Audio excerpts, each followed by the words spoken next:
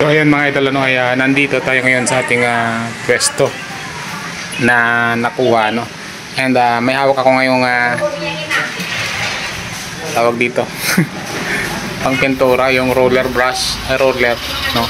So dahil malapit na tayong lumipat dito at hindi siya napinturahan, ayan, no?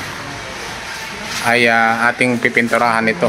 So ang kulay na napili natin ay kulay green dahil mas maganda, mas mapansin siya, no? Mas madali siyang mapansin. So thankful tayo unang-una dahil nga matagal na tayong naghahanap ng pwesto na pang matagalan talaga.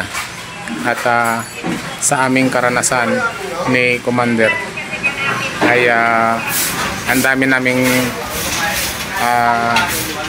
napwestuhan, lalo na part lang yung ating second branch ay minsan pinapaalis tayo at hindi natin pwedeng hindi umalis dahil nga ay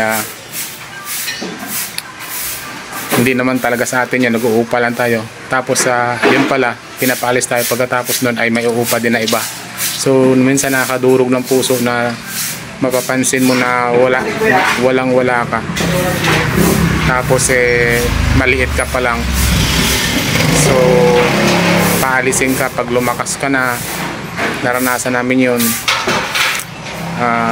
Pag medyo mabenta ka na ay aalis ka na, no? So ngayon napakaraming mga pinagdaanan namin, pa ilang beses na may lumipat, no?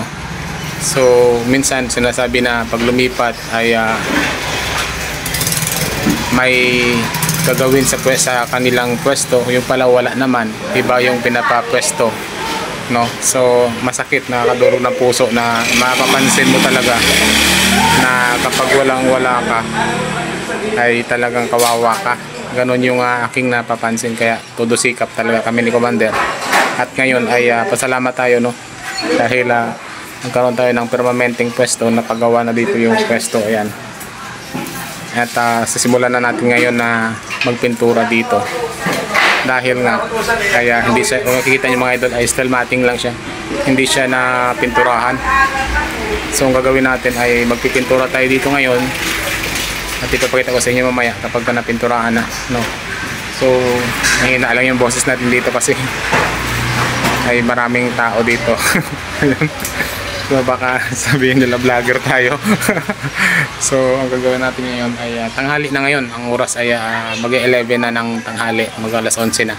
So after nito magpintura ay pupunta na ako doon sa kabilang pwesto naman para magtinda sa first branch. So actually kasi ang balak namin ni Commander na kasi ngayong araw ay Friday na. So ang gagawin namin sa Sunday na kami maglilipat, kasi Sunday dito maraming tao pagka dito, kasi ito ay sa aming subdivision lang at nandyan lang sa kabila yung bahay namin, no? So pabor ito sa amin, mas malapit, tapos bagong pwesto pa. So ang aming card ilalagay namin dito sa harapan, yung cart na second branch ng fried chicken business natin ay ilalagay natin sa, pero actually nandyan lang, oh, ayun, oh, nandyan lang yung cart natin, no? So sabi ng may-ari, ipagawa na lang to para wala nang haharang dyan sa harap. So ginawan kami ng mga pwesto dito ng mga nandyan sa harapan para at least ay maganda na tingnan at wala nang haharang sa harap. So okay rin. So isa, dalawa, pangalawa tayo dito sa harap ng kalsada. So okay rin kasi kitang-kita din naman. Tapos kung halimbawa wala rin haharang dyan sa daan, no? So maganda. Nasir ko lang to sa inyo mga idol, no? Dahil ang negosyo talaga ay marami kang pagdadaanan, no?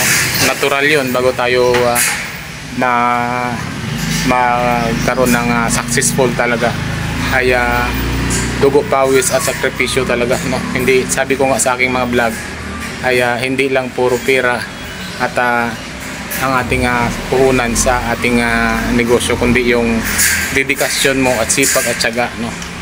At sa tagal namin na palipat-lipat na itong aming cart dito, halos ilang bahay na dito yung aming naipwestuhan ng aming second branch ay pinaalis kami.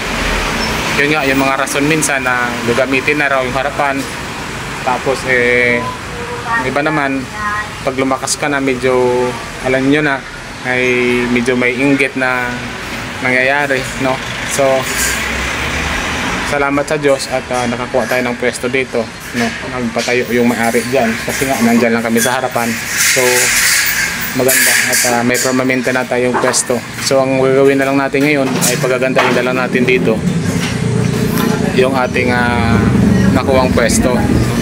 So ang napili nating green, no?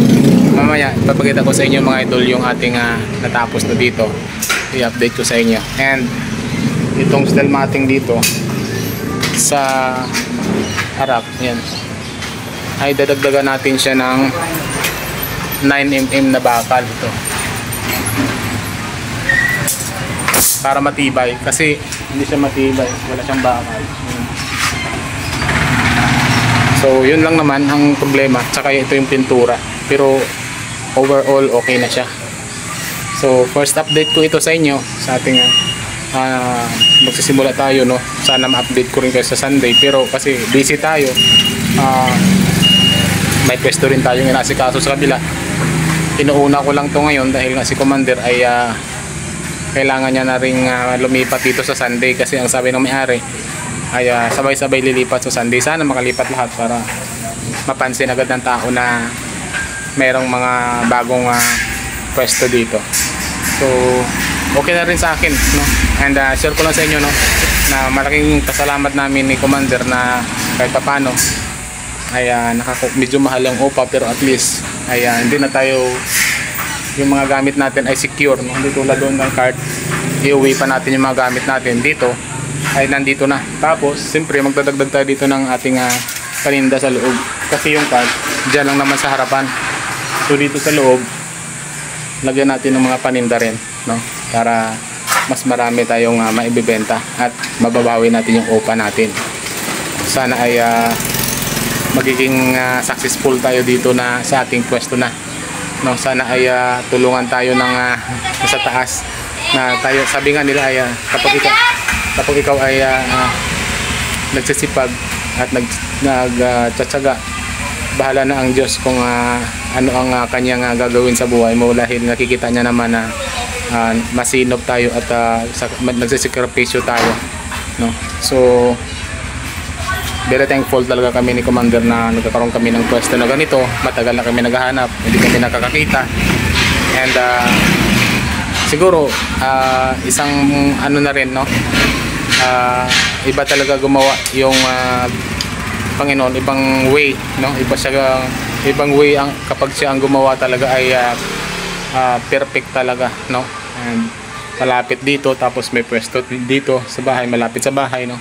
And napaka-blessed na sa amin yun na kahit medyo mahal yung upa, at least ay secure naman yung ating lugar dito, pwesto dito, and bahala na tayo paano natin na i-secure at pagagandahin, no? So yun ay nakakatuwa at nakakataba ng puso na hindi tayo pinapabayaan. Magtiwala lang tayo mga idol, and siyempre yung ating sipag at syaga, at siyempre yung ating dedikasyon, yun ang ating puhunan na magtagumpay sa ating ginagawa. Isa puso lang natin yung ating ginagawa sa araw-araw para matulungan din tayo ng Panginoon, no? Na makaahon din at matupad natin yung ating mga pangarap para din sa ating pamilya, and siyempre sa ating kapwa din. So yun lang, update ko kayo mamaya kung may time pa at matapos na natin to pinturahan, no? So nakikita nyo, wala pa siyang kulay. So ito yung kulay green, ito yung ating sisimulan ngayon, and ito na. Sampulan ko lang kayo.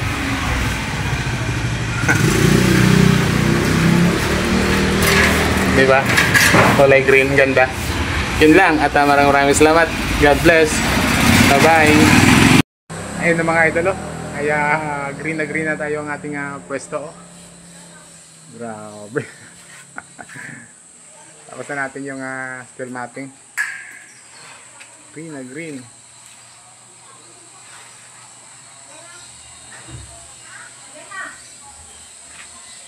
So ang next natin ay yung pader na. Ayan. Tayo sa labas, Kita kaya yung green, parang hindi masyado kita. Yun, kitang-kita na. Green. So yung gate mamaya na. Pintura tayo ngayon mga idol. Ating nakuhang pwesto. Kulay green.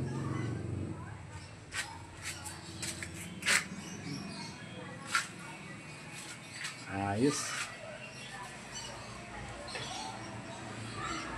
Para mag-isa dito, pintura tayo. Samahan niyo ako mga idol, oh. Nice. Bagay sa kanya yung green.